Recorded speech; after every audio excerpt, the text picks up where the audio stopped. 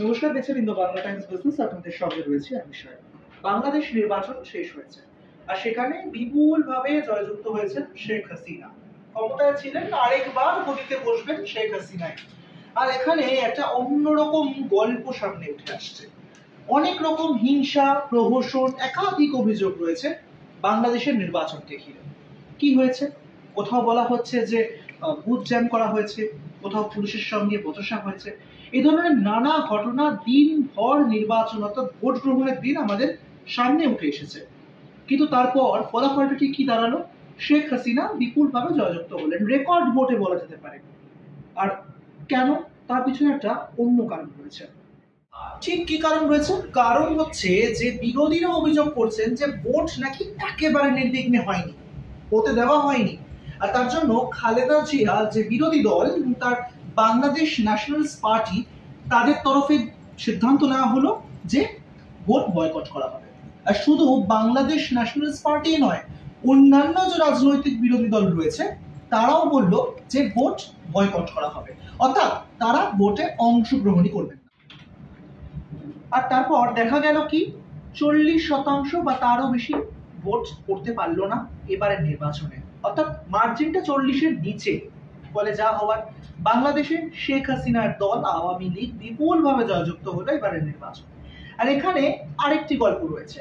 বাংলাদেশে গণতন্ত্র আছে না নেই, বাংলাদেশে ঠিকঠাক ভোট হয়েছে না হয়নি, সে প্রশ্নের দিকে আমরা যাচ্ছি না, কারণ সেই প্রশ্ন আরো 10 জন 10 রকম ভাবে ব্যাখ্যা করতে পারে।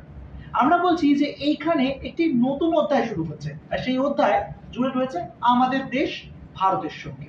ঠিক কিভাবে? বাংলাদেশের এই জয়, শেখ হাসিনার জয়, ভারতের জন্য এবং নিউ দিল্লির জন্য কিন্তু অনেকটা আনন্দের খবর। কেন? মুখে হাসি ফুটছে প্রধানমন্ত্রী নরেন্দ্র মোদীও।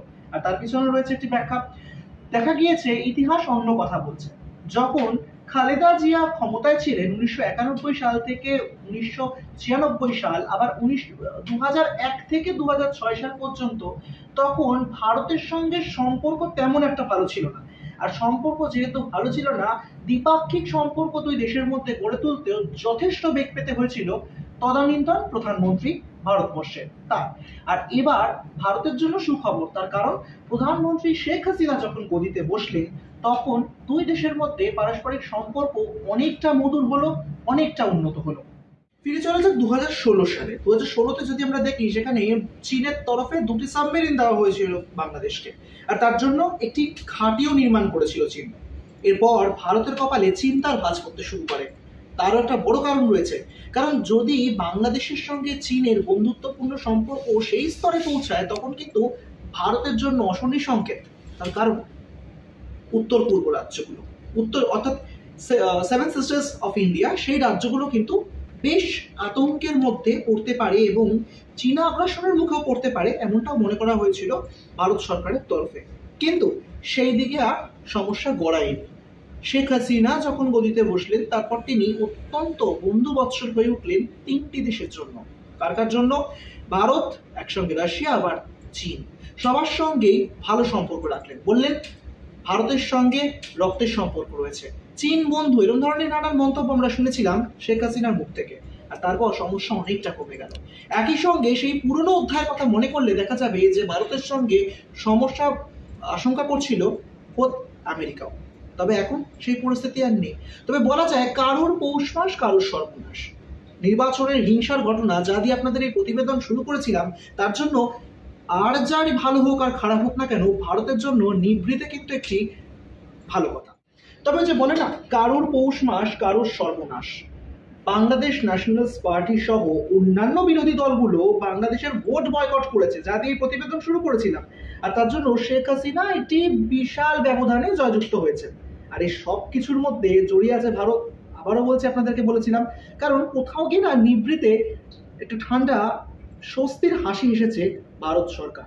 কারণ সেই আগ্রাসনের মুখে আর পড়তে হবে না, সেই সম্ভাবনাও আর নেই। অর্থাৎ শেখ হাসিনা যেভাবে বাংলাদেশের গদিতে বসে সমস্ত দেশের সঙ্গে বন্ধুত্বের সম্পর্ক বজায় রাখছেন এবং ভারতের সঙ্গে দ্বিপাক্ষিক সম্পর্ক নানান রকম ভাবে এগিয়ে নিয়ে চলেছেন, তাতে কিন্তু ভারতের সঙ্গে আগামী দিনে সম্পর্ক আরো নিবিড় এবং মধুর হতে চলেছে বলেই মনে করছে ভারত সরকার।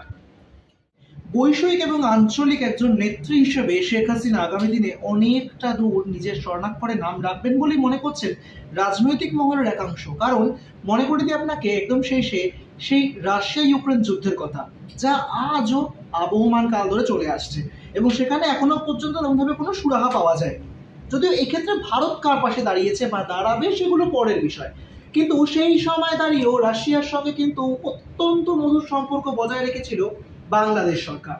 আর এখানেই বোঝা যায় যে একটি রাজনৈতিক প্ল্যাটফর্মে দাঁড়িয়ে নিজেকে কতটা প্রতিষ্ঠিত করতে পেরেছেন বাংলাদেশের ফের আরেকবার গদিতে বসতে চলা শেখ হাসিনা।